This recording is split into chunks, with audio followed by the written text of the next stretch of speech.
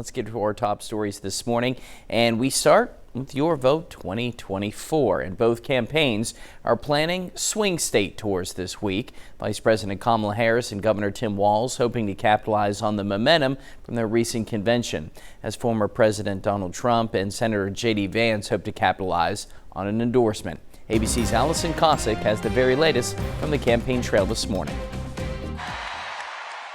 The Harris campaign touting a surge in fundraising.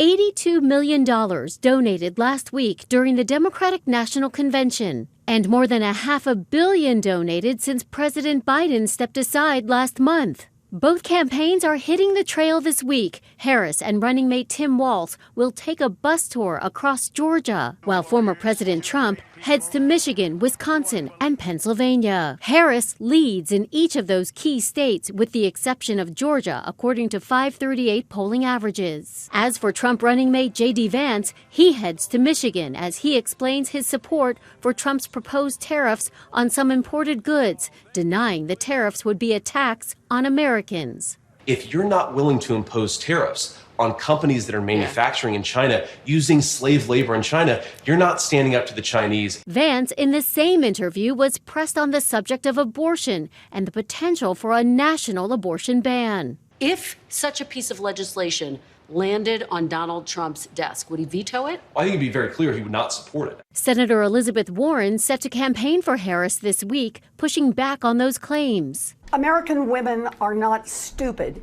and we are not going to trust the futures of our daughters and granddaughters to two men who have openly bragged about blocking access to abortion for women all across this country. It comes on the heels of Trump picking up the endorsement of Robert F. Kennedy Jr. Kennedy yesterday said there was no specific commitment from Trump about a position for him in a Trump administration. We just made a general commitment that we were going to work together.